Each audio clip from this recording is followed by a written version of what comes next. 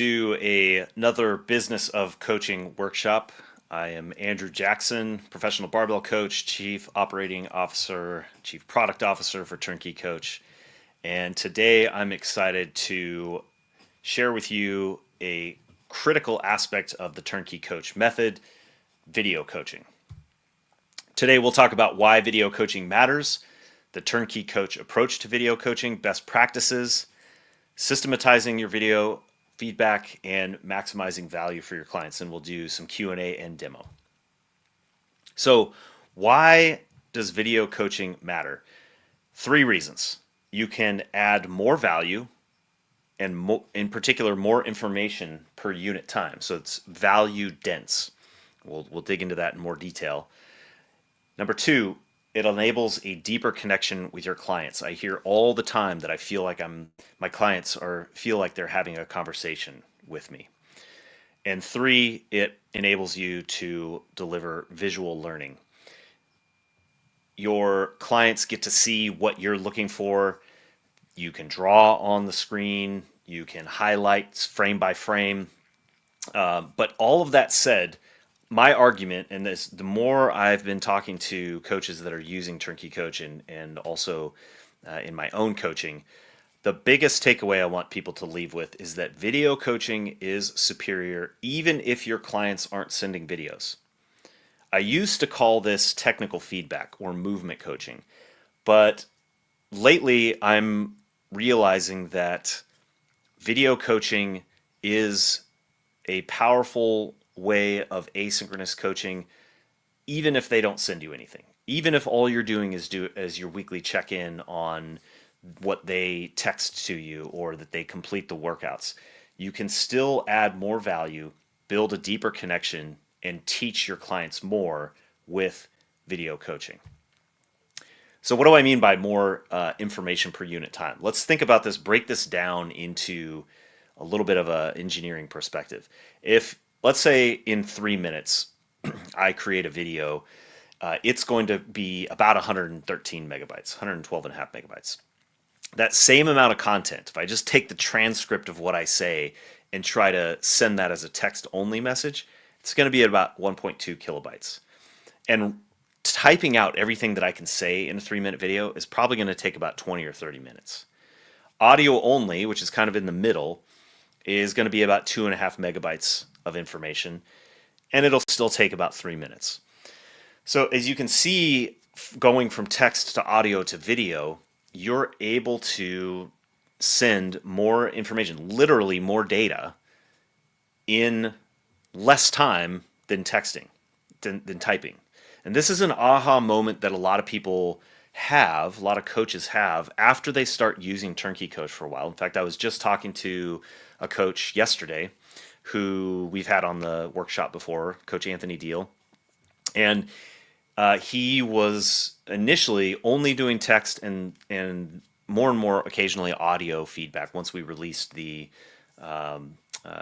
voice note feature. Lately, he's been doing video feedback, and his comment to me yesterday is, now that I've switched over to doing video feedback, I'll never go back to typing, because you have that aha moment once you start doing it that you can say more in a 3-minute video and emote more in a 3-minute video than you can possibly do with text.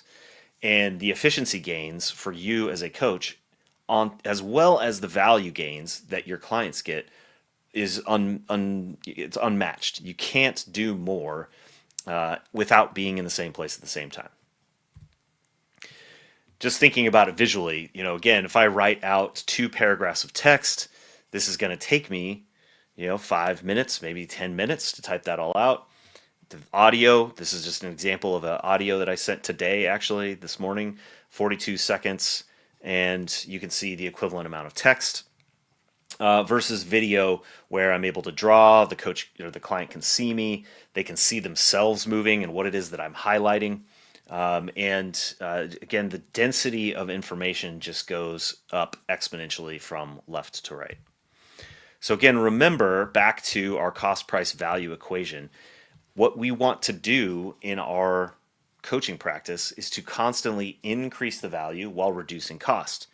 Video coaching does both simultaneously. You don't have to rush. This isn't working faster to add more value.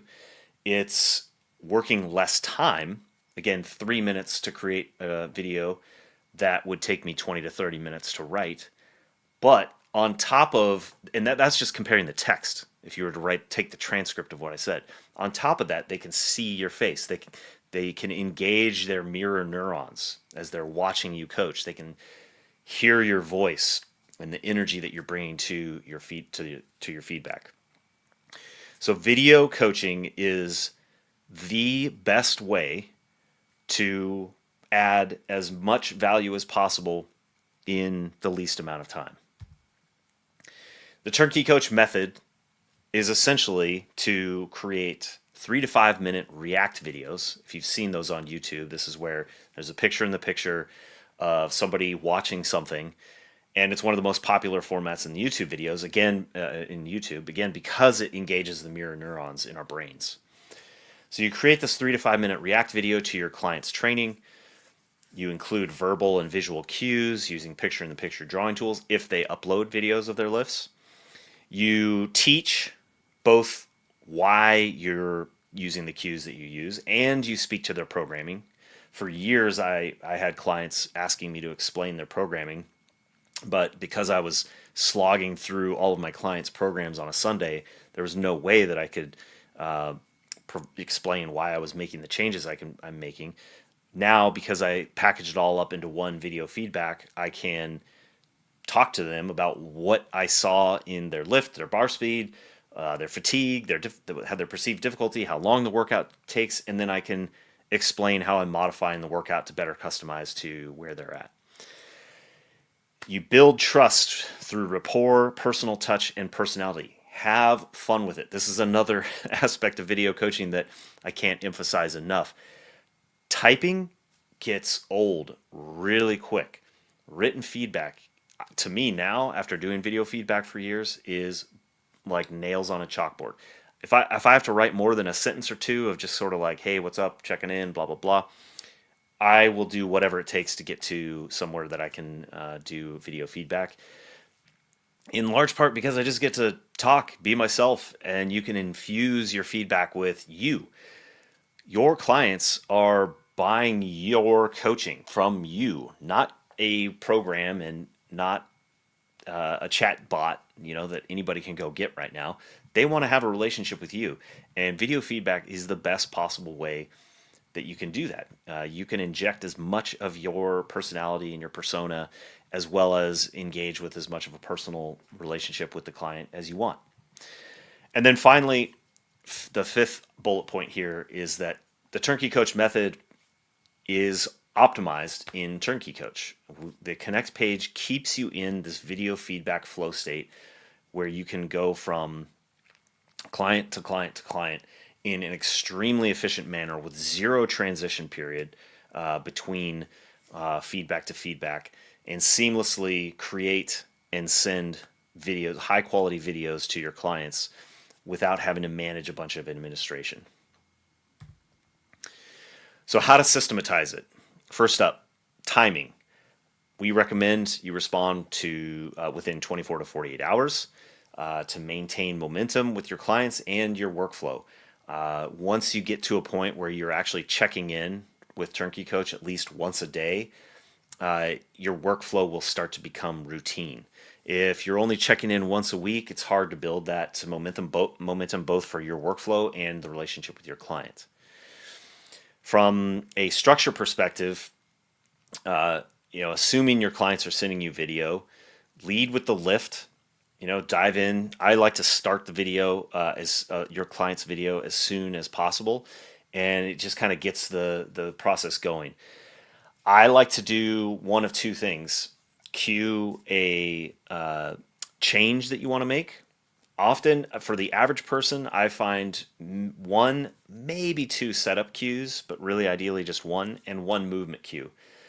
It works for the person to be able to maintain that in their head and actually apply it to the next session. Even more often, as I've been working with clients longer, I'm actually thinking less about what to quote unquote fix and more what to reinforce or what I want them to focus on the next session.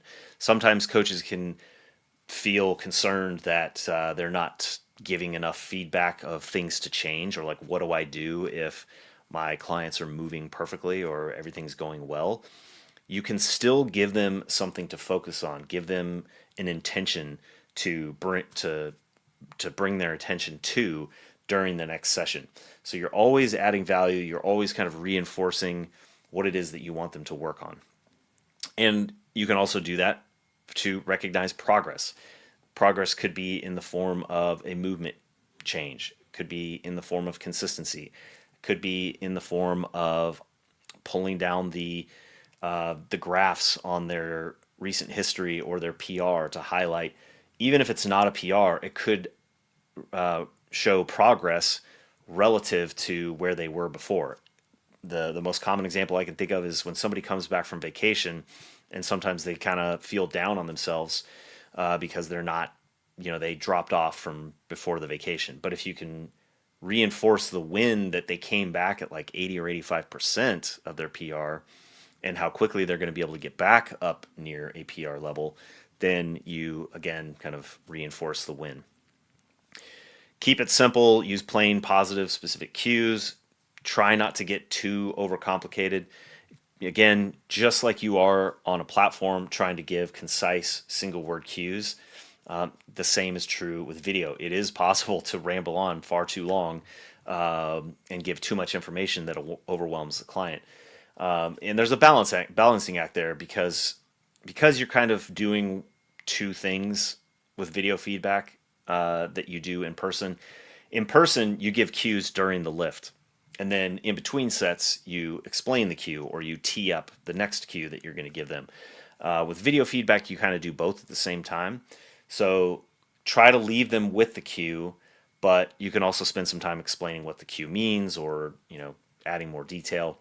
But the 3 to 5 minute constraint, I think, is useful, not just because it systematizes and organizes your time, but it gives you a little bit of a constraint and a boundary to avoid rambling on for too long. 3 to 5 minutes is also consistent with what we see in YouTube medium form watch times.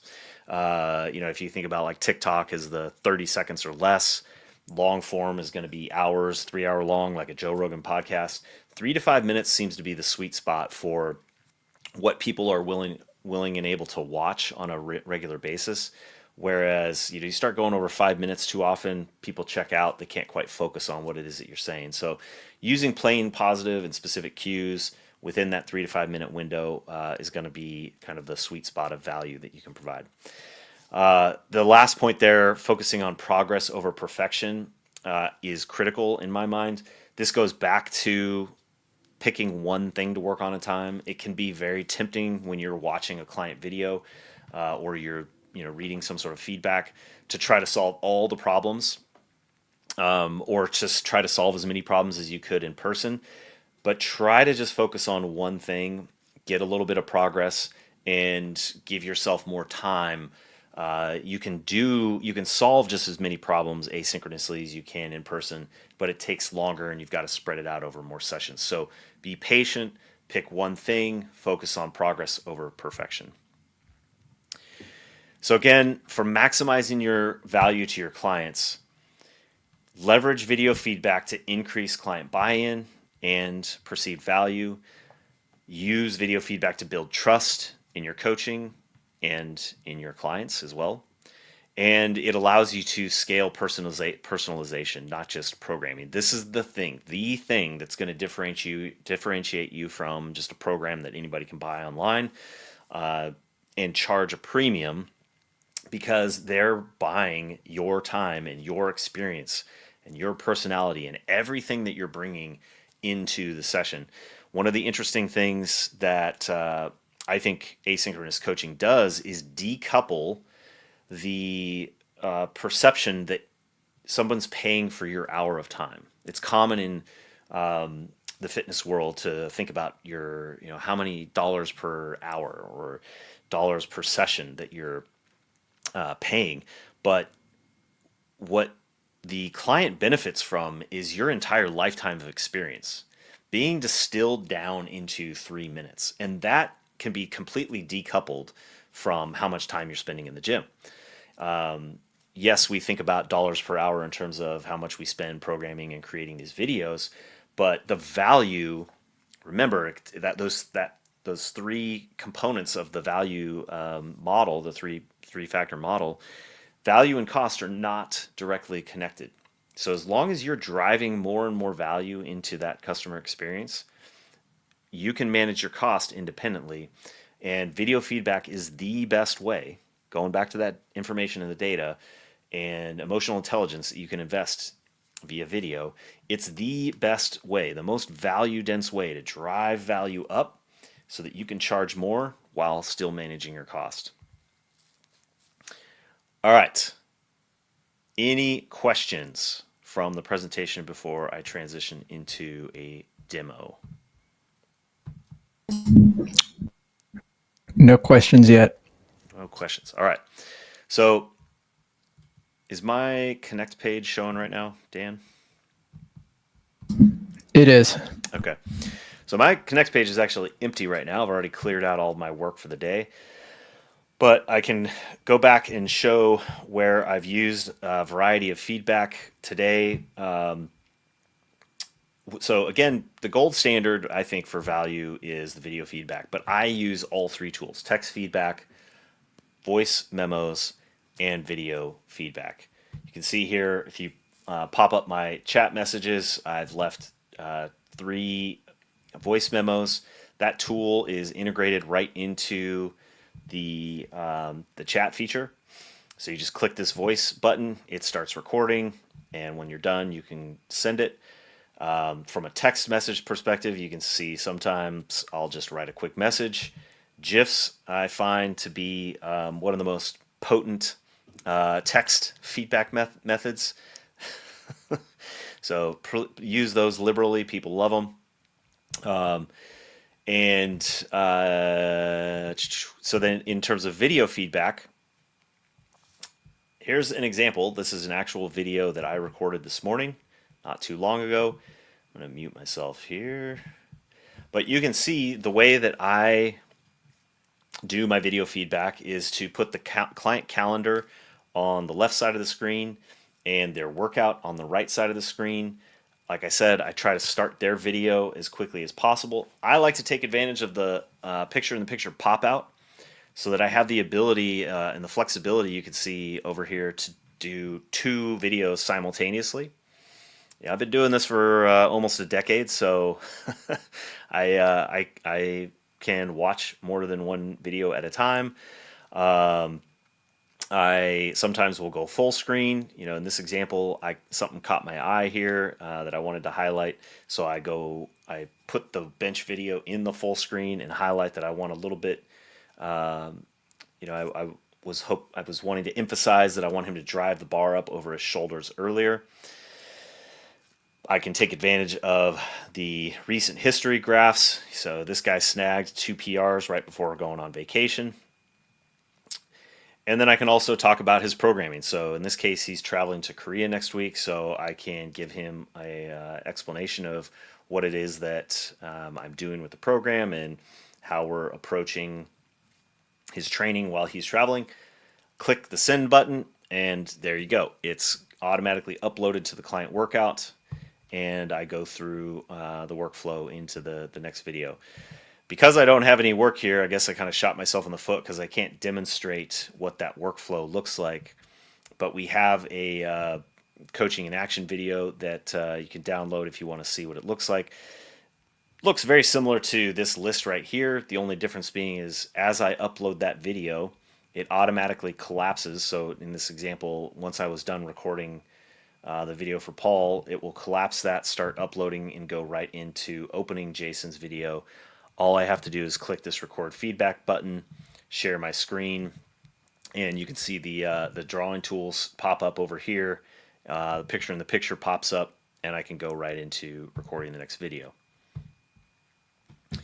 You don't have to split the screen. This is just my way of enabling the combination of feedback on the lifts, talking to the program, being able to pull up the graphs and read through comments without covering up the whole screen. So this way, I feel like I'm able to provide or do as much coaching while the lifts are going on. I mean, in my experience, if you think about how much time something's actually happening in the video, if you watch the lift itself, the rep itself only takes 3, maybe 4 seconds.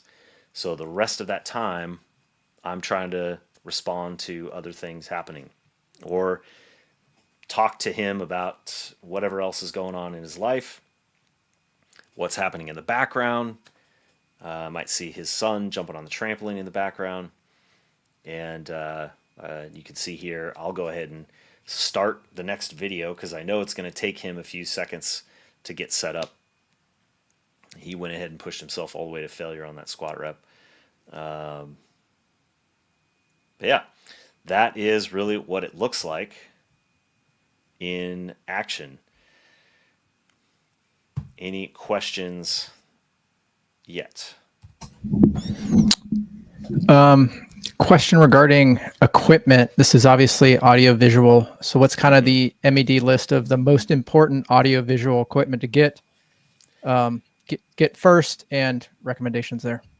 That is an excellent question. Let's see. I'm going to actually stop sharing. Oh, my screen. I guess my screen is shown here. So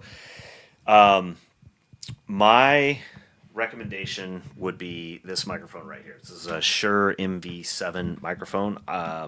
Most laptops have a built-in camera, which if you think about how much real estate your camera is taking up, I don't think the camera makes a huge difference.